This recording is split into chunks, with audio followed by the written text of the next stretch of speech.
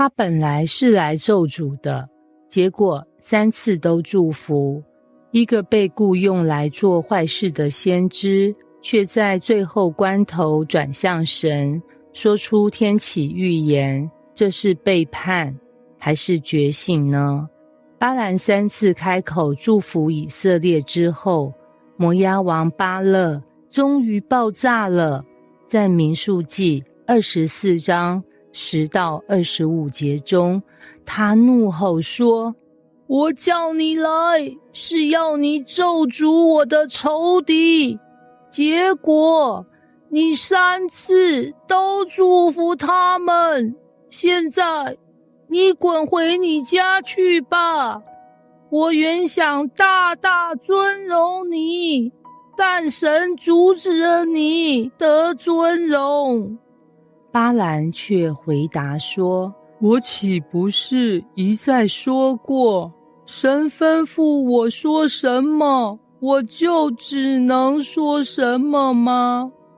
接着巴兰再讲了一连串的预言，预告以色列将兴起，一颗星将出现，击打摩押，征服仇敌，甚至他还预言其他列国的结局，包括亚玛利人、基尼人，还有最后从地中海来的压制者。这一段是个惊天逆转，本来被雇来咒诅的先知，最后竟成为传讲祝福与审判的使者。你可以说巴兰站对了边，但也失去了他原本想要的一切。如果是你，在荣耀与真理之间，会选哪边啊？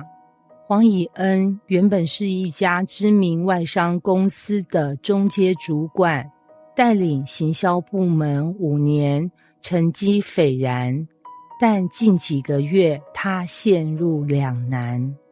新上任的高层是个风格强硬又喜欢政治操作的人，不断暗示以恩要识相，配合他打压另一个部门主管。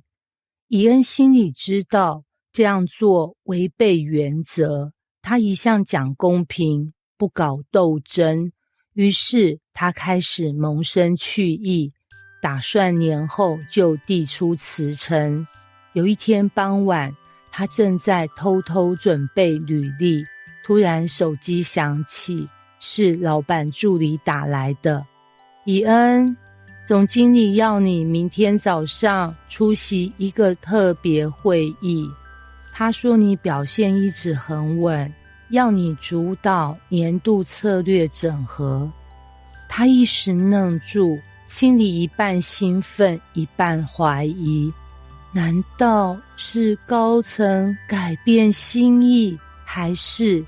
果不其然，第二天开会时，总经理当场宣布，今年我们要改变企业文化，打破部门壁垒，由以恩主导新专案，作为整合平台的领头人。表面是升迁，实际却是把他推到风口浪尖。会后，那位高层暗暗地走到他耳边，以恩，这机会你可得把握。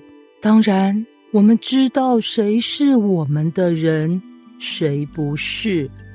这句话听来再明显不过了，要升要红，就要站我这边。以恩陷入极大挣扎，他知道如果他愿意牺牲原则，顺着风光，做出一个讨好上层、牺牲公平的策略企划，他的前途会一片光明。但如果他选择说真话，保护被压制的同事，恐怕不但升不了，还可能被冷冻。当晚他独自加班，拿出还没寄出的辞职信，在手上翻来翻去。正当他犹豫不决时，隔壁部门的一位同事突然走进来，小声说：“我知道你面临的压力很大，但我们这群基层主管真的很佩服你。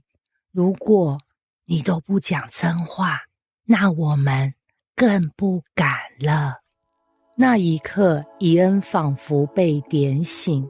隔天，他在简报中清楚指出目前的结构问题、过度政治化的危机，并提出一套以时机与透明制度为主轴的新整合方案。